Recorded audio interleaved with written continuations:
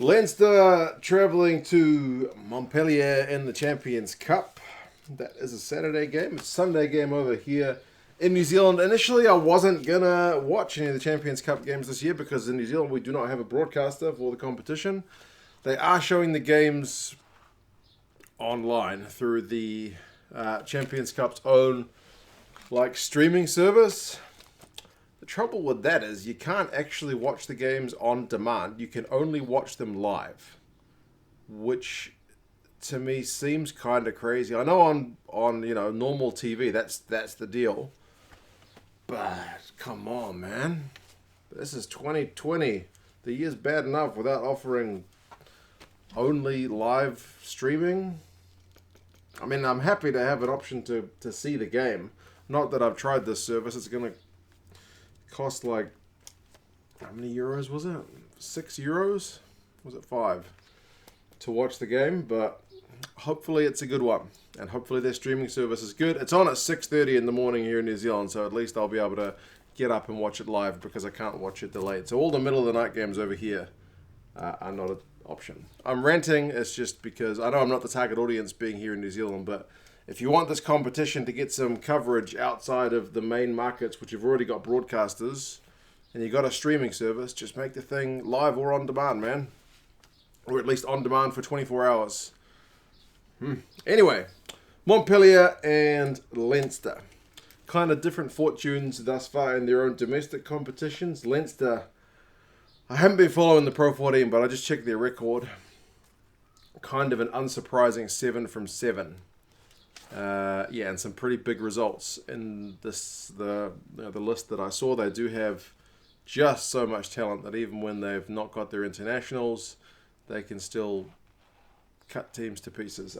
For Montpellier, less auspicious start to the season with 3 wins and 5 losses in the top 14.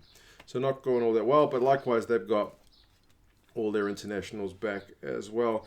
There's certainly a few, I'll go through the teams, there's certainly a few kind of unfamiliar guys on both sides. But as I said, I don't watch the top 14 or Pro 14 in any kind of great detail. So I miss out on that. I tend to only see the European games like this one, and generally it's all the international guys that you're already familiar with that play in those games anyway. Anyway, for Montpellier, they've got Fichten, Girardo and Hawas in the front row. It's only the loose head that I don't know. Chalourou and Willemse in the second row. So again, I know Willemse.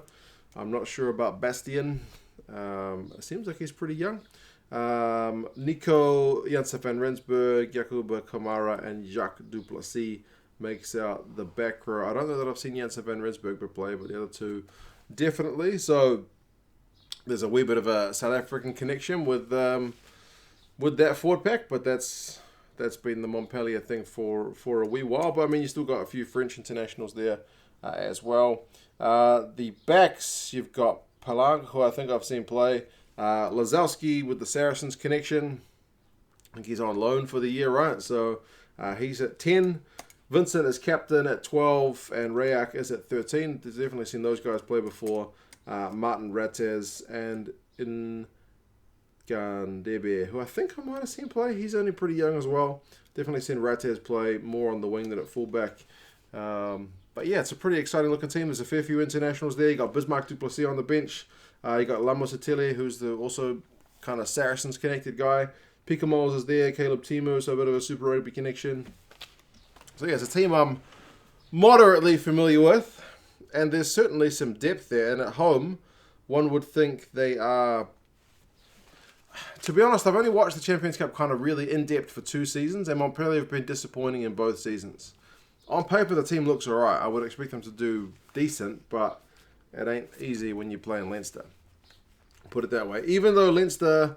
they've got some names I'm not all that familiar with as well. Peter Dooley, James Tracy, and Michael Bent is the front row, which is not the standard front row that I'm used to seeing. I think, it's traditionally been, Healy, Furlong, and like either Callagher or Cronin or somebody else. So, yeah, it's a bit of a switched up one for me. Toner and Fardy, although those guys are getting a bit long in the tooth. Certainly some experience there for an away trip to France. You would hope that the lineup will be pretty secure with Tona there. And Fardy's going to be doing what Fardy does, cleaning out some rucks and just making everybody else's life pretty miserable. He's good at that. Reece Ruddock's captain, and he is in the 6th jersey. Josh van der Fleer is 7. And Caelan Doris, who was pretty good in the Autumn Nations Cup, wasn't he? Good player. Lions prospect, maybe. Plenty of number 8s up north, though, so it'll be a competitive one. But, yeah, I would expect a lot of tackling from that Leinster side with Ruddock, Van der Fleer, and Fardy. That's some work rate right there. The backs, Luke McGrath and Ross Byrne is the 19 combo. Frawley and Henshaw are the midfield. Dave Carney, Hugo Keenan, and Jimmy O'Brien are the back three. I don't know if I've seen Jimmy O'Brien before. They said it's his European debut, so I'll be keen to see how he goes. Dave Carney and Hugo Keenan have been... well, Dave Carney's been about for yonks. And Keenan's one of the guys who's back from Ireland duty to actually start for his club, so it's good news. Kelleher, Healy, and Porter are on the bench. Again, those are the guys I'd be more familiar with than the starting guys. Ryan, likewise. Baird is there. Jameson Gibbs Park is there. Sexton's on the bench.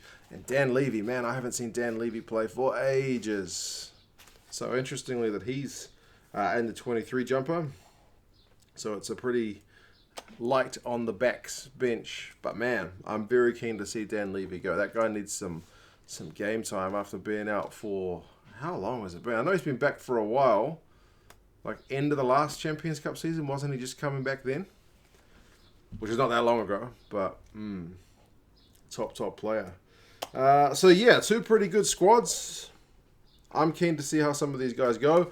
Hopefully the streaming service run by the Champions Cup is decent. I have to watch it live, so if it has any mistakes, I don't think I'll get a second crack at it. But anyway, let's hope that it goes ahead smoothly and has good quality picture and no issues. But anyway, it's a 6:30 kickoff. I think it's 5:30 GMT and 6:30 in the morning over here in New Zealand.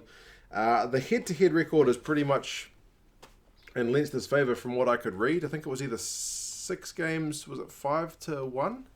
In Leinster's favour, so pretty much they've had the wood over Montpellier. I think, at least when I looked it up briefly, the last game that I could find was 2018. It was a 23-14 win over in France. Ross Byrne, Sean Cronin, and Robbie Henshaw all scored in that game, so 2 of those guys are starting. Bismarck Duplessis and Aaron Cruden got the points, at least the tries, for Montpellier. Cruden's obviously left, but Bismarck is still about. He is on the bench, so... yeah, Leinster 8-point favourites with the bookies and 6-point favourites with Rugby Forecast's algorithm. So, yeah, I'm not sure how much of the Champions Cup I'll be doing this year. I had initially thought I would not be able to do any, but given that I have to watch it live, the ones which are on later in the morning, so the kind of late night games over in Europe, should be kind of doable. I will try to see some, and hopefully their streaming service works well. I wish they would just make it available on demand. Then I would buy a weekend pass every weekend and watch as many of the games as I could. But that's not a thing, apparently. I'll write them a letter and ask them if they can do something about that. I can't imagine it's like a rights thing, because they're the ones who own the rights, and the streaming service is only available in territories which don't have an established broadcaster already. So all the main markets, UK, Ireland, France, they've already got broadcasters, so you can't use the streaming service. So anyway, I'll see how it goes. Fingers crossed. But anyway, you guys let me know your thoughts on how this one might go. Do give me some insights into some of the players I kind of skimmed over. Like, if you know anything about Jimmy O'Brien, like I said, I don't watch enough Pro 14 to really comment.